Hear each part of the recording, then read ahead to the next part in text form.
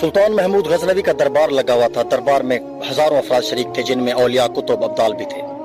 सुल्तान महमूद ने सबको मुखतब करके कहा कि कोई शख्स मुझे हजरत खिज़र अलैहिस्सलाम की ज़ियारत करवा सकता है।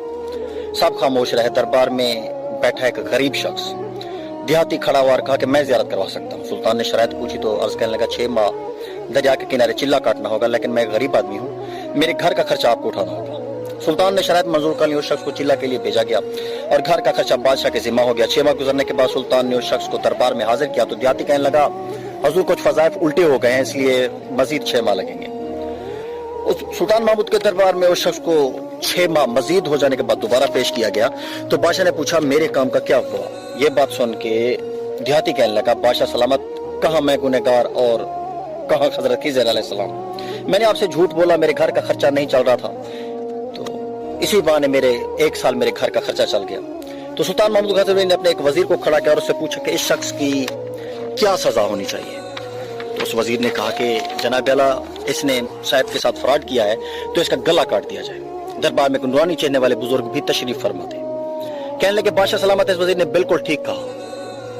बादशाह ने दूसरे वजीर से पूछा तो दूसरे वजीर ने कहा कि बादशाह सलामत, इसने क्योंकि आपके साथ गलत किया है तो लिहाजा इसका गला काटा जाए और इसे कुत्तों के आगे भी डाला जाए ताकि यह जलील होकर मरे। दरबार में बैठे दोबारा उसी नूरानी चेहरे वाले बुजुर्ग ने कहा कि वजीर ये भी बिल्कुल ठीक कह रहा है। सुल्तान महमूद ने अपने प्यारे गुलाम अयाज से पूछा कि तुम क्या कहते हो? अयाज ने कहा, बादशाह सलामत, आपकी बादशाही से 1 साल एक गरीब के बच्चे पलते रहे, आपके खजाने में कोई कमी ना आई, ना ही उसके झूठ से आपकी शान में कोई फर्क पड़ा। अगर मेरी बात माने तो इसे मुआफ कर दे।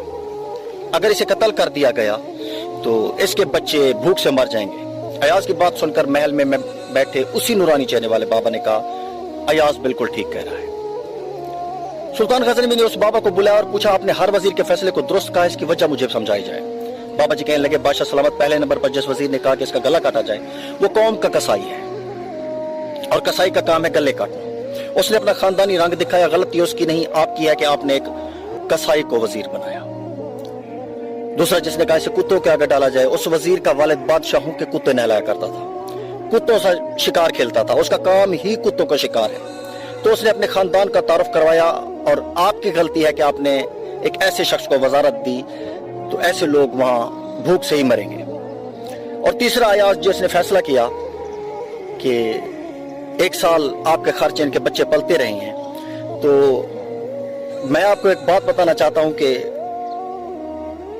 अयाज एक सैयद खानदान से है और इसने अपने सैयद खानदान का तारुफ करवाया है। तो फिर अयाज बोला कि आज तुमने मुझे आज तक, बादशाह ने अयाज से पूछा, तुमने आज तक मुझे ये बात क्यों ना बताई कि तुम सैयद हो? अयाज कहता है, आज तक किसी को